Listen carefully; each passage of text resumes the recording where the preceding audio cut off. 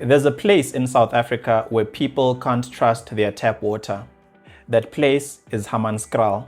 Not because there's no water, but because the water itself is not safe. Now, at first, you might think this is just another local infrastructure issue.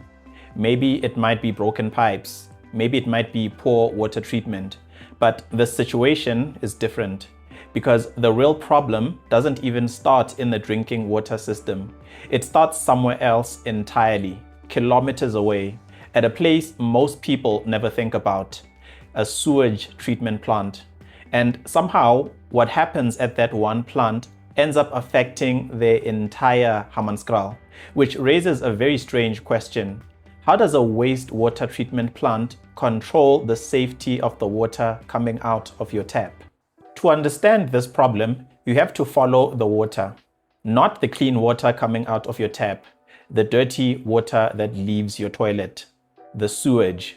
Every time water leaves your home from your sink, your shower, or as mentioned, from your toilet, it doesn't just disappear, it travels. It travels through a network of pipes all the way to a wastewater treatment plant, which are facilities that clean your toilet water. In this case, that plant is called Wastewater, and its job is simple. Take dirty water, clean it, and release it safely back into the environment, usually into a river, because that river doesn't just carry water away, it becomes part of the system again, downstream. And this is where things start to connect, because the water that leaves Wastewater flows into a river, and that same river is linked to the water supply of Hammanskraal. So now think about what that means. If the treatment plant is working properly, clean water flows downstream, no problem. But if it's not, if the water leaving the plant isn't properly treated, then what flows downstream is no longer just water. Now, here's where the problem begins. Wastewater hasn't been working the way it's supposed to for years. Instead of fully cleaning the sewage or the toilet water, Wastewater has been releasing water that is only partially treated, sometimes not properly treated at all. And that means all the things that are supposed to be removed stay in the water. All the bacteria, the viruses, the waste, all flowing straight into the river. Now, remember, this is the same river system that connects downstream to Hammanskraal. So this isn't just pollution that disappears, it travels. And as it moves downstream, it carries all of that contamination with it into the very system people rely on for drinking water. And this is where it becomes very dangerous, because now you're no longer dealing with an engineering problem. You're dealing with a serious health risk. Water that looks normal, but is completely not safe. And by the time it reaches people, the damage has already been done. But why is the plant failing? It's not just about old machines or rusty pipes. It's about a system that is simply overwhelmed. Think of the Wastewater plant like a giant kitchen designed to wash 1,000 dishes an hour. It has the right soap, the right water, and the right workers. But then the town grows. Suddenly, the kitchen is being hit with 2,000 dishes an hour. The workers can't keep up. They start rushing, they skip the soap, they barely rinse. The dishes go out the back door still covered in food. That is exactly what's happening at Wastewater. The plant uses good bacteria, tiny living organisms, to eat the waste in the water. But the sewage is flowing in so fast that the bacteria don't have time to eat. The water is pushed through the system before it's actually clean. So all that waste, the stuff that's supposed to be gone, is still there. It flows into the river like a massive wave of liquid fertilizer. And when that fertilizer hits the sun at the downstream dam, the water then blooms. It turns into a thick, green, toxic soup of algae.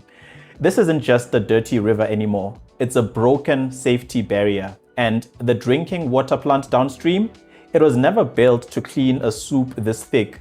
The system hasn't just failed. It's been bypassed by the sheer volume of the problem.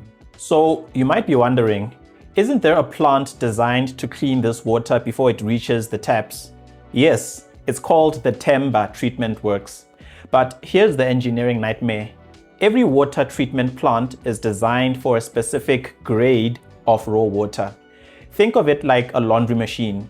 It's great at cleaning your everyday clothes, but if you throw in clothes that are caked in thick, heavy mud and oil, that machine is going to struggle. It might even break. The Temba plant was designed to treat normal river water, but because of the failure upstream at Rooiwal, the raw water arriving at Temba is not normal anymore. It's overloaded with phosphates, nitrates, and algae. The engineers at Temba tried everything. They used specialized techniques like what we call dissolved air flotation, basically shooting tiny bubbles into the water to float the gunk to the top so they could skim it off. They used UV or ultraviolet lights to kill bacteria, but the pollution coming down the river was just too concentrated. It's like trying to clear a thick fog with a handheld fan.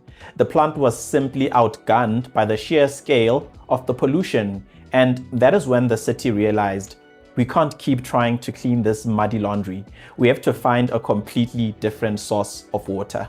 Once it was clear that the old plant couldn't win the battle against this toxic soup, the engineers had to make a radical choice. If you can't clean the river, you have to leave the river. They decided to bypass the contaminated water system entirely. They looked for a new, cleaner source of water further away, and then found the Pinars River. But there was one big problem. Building a traditional water plant takes years, and Hammanskraal did not have years. So they turned to a modern engineering shortcut, the package plant. Think of these like high-tech Lego sets for grown-ups. Instead of pouring massive amounts of concrete and building a factory from scratch, at a place called Klipdrift, they started clicking these blocks together. Each block is a self-contained cleaning machine. As of 2026, they finished a massive expansion there, making it the largest modular plant in all of Africa. By using this Lego approach, they managed to double the amount of clean water available in a fraction of the time that it usually takes. It's a massive win, a light at the end of the tunnel. But as any engineer will tell you, the plant is only half the battle, because even if the water leaving the plant is perfect, it still has to travel through kilometers of old, thirsty, and sometimes broken pipes to reach your home. And that is where the final challenge lies. So, if the Lego plant is finished and the clean water is flowing, why is there still a crisis in Hammanskraal?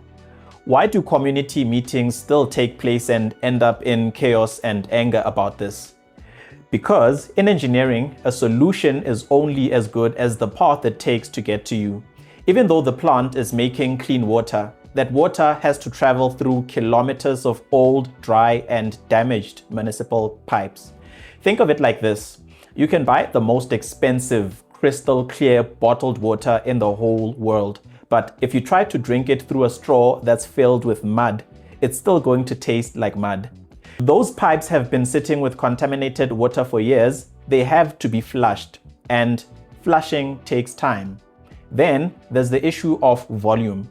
The town is growing so fast that even with the new plant, the demand is higher than what the current pipes can handle. It's like trying to power a whole city using one extension cord. The system gets overwhelmed, the pressure drops, and the taps go dry again. This is why many people still rely on water tankers, those trucks that have become a symbol of this water crisis in Hammanskraal. The engineering win at the plant was the first step, but the final battle is happening underground, in the pipes of every street and every neighborhood. So where does that leave us? The story of Hammanskraal isn't just about one broken plant. It's a lesson in what happens when a city outgrows its own heartbeat. The Lego plants at Klipdrift were a brilliant emergency move. They bought the town some time, but the long-term fix, the real cure, is much bigger. It's a multi-billion rand mission to completely rebuild the Rooiwal system by the end of this decade. Hi everyone, the South African engineer here. If this explanation was useful, please like the video, subscribe, and turn on your notifications. Every subscription is a brick used to build the Engineering Explained house. Let's build this house together. Thank you for watching.